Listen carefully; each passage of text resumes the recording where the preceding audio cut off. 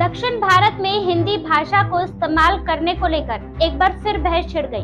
दक्षिण के राज्य अक्सर केंद्र सरकार पर हिंदी थोपने का इल्जाम लगाते रहते हैं। नमस्कार, मैं अर्चना मेहता, आप देख रहे हैं एमजी मीडिया न्यूज। दरअसल यह विवाद तब बढ़ा जब दही के पैकेट पर दही शब्द का इस्तेमाल करने को कहा गया। विवाद की शुरुआत तब हुई जब food safety and standard authority यानी एफएसआई ने एक आदेश जारी किया। ये आदेश था दही के पैकेट पर दही शब्द का ही इस्तेमाल करने का। फिर क्या था, शुरू हो गया बवाल। तमिलनाडु के सीएम एमके स्टालिन ने कहा, हिंदी थोपने की जिद अब इस हद तक पहुंच गई है कि अब वो हमें दही के पैकेट पर हिंदी का लेबल लगाने का निर्देशन दे रहे हैं। हमारे अपने राज्यों में तमिल और कन्नड़ हटाने को कह रहे हैं। विवाद बढ़ा तो एफएसआई ने अपना आदेश वापस ले लिया। इसमें लिखा था कि पैकेट पर कर्ड के साथ तमिल और कन्नड़ भाषा के स्थानीय शब्द जैसे मोसरू और ताइर को ब्रैकेट में इस्तेमाल किया जा सकता है। दक्षिण के राज्य में हिंदी को लेकर विवाद नया नहीं है, ये काफी पुराना है। वहाँ के नेता अक्सर जबरन हिंदी थोपने का इल्जाम लगाते रहते हैं। इसे ऐसे समझिए कि आजादी के बाद अब जब हिंदी को राजभाषा बनाने पर बहस चल रही थी, तब तमिलनाडु के पूर्व मुख्यमंत्री और सांसद सीएन अन्नादुराई ने संसद में कहा था, ऐसा दावा किया जाता है कि हिंदी आम भाषा होनी चाहिए क्योंकि इसे बहुत बड़ी आबादी बोलती है।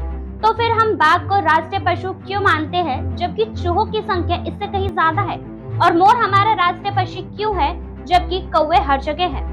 हिंदी के इस्तेमाल को लेकर दोनों पक्षों में अलग अलग दावे रहते हैं। इसके पक्ष में रहने वालों का तर्क ये है कि चूंकि भारत की एक बड़ी आबादी हिंदी का इस्तेमाल करती है, इसलिए इसे ही राजभाषा का दर्जा देना चाहिए।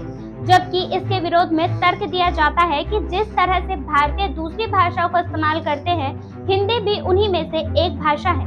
वहीं बात करें इस विवाद की शुरुआत की तो वो 1947 से ही हो रहा है। दरअसल आजादी के दौरान भारत में 500 रियासतें थी जिनको एक भारत एक गणराज्य बनाना था। तमिलनाडु, केरल, कर्नाटका, इन राज्यों में आजादी से पहले और बाद में भी हिंदी का विरोध होता रहा है। इस पर भी केरल और तमिलनाडु सरकार ने विरोध दर्ज कराया था। केरल के मुख्यमंत्री पिनराई विजयन ने कहा था कि सरकार को संविधान की 7वीं अनुसूचित में बताई गई सभी 22 भाषाओं के साथ बराबर बर्ताव करना चाहिए।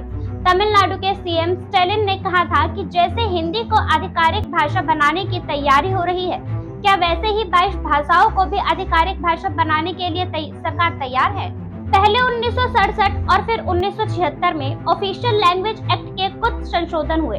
1976 में इस एक्ट में नई धारा जोड़ी गई। इसके तहत राज्यों को 3 श्रेणियों में बांटा गया। पहली श्रेणी में शामिल राज्यों से केंद्र सरकार हिंदी में संवाद करती है। दूसरी श्रेणी में शामिल राज्यों में हिंदी के साथ साथ अंग्रेजी भी, और तीसरी श्रेणी के राज्यों से सिर्फ अंग्रेजी में ही संचार करती है। इस एक्ट में ये भी प्रावधान किया गया है कि सारे कानून, नियम, कायदे, आदेश का प्रकाशन हिंदी के साथ साथ अंग्रेजी में भी किया जाएगा। फिलहाल के लिए बस इतना ही। देश और दुनिया की तमाम खबरों के लिए देखते रहिए एमजी मीडिया न्यूज।